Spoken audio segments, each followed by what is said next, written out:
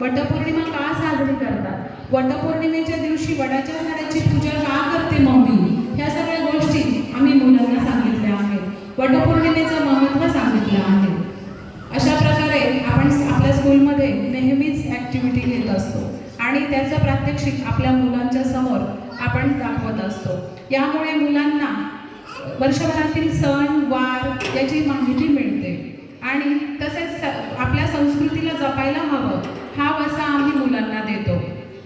अशा प्रकारे आपल्या मिराज प्री स्कूलमध्ये आपण मुलांचा सर्वांगीण विकास करत राहतो. धन्यवाद.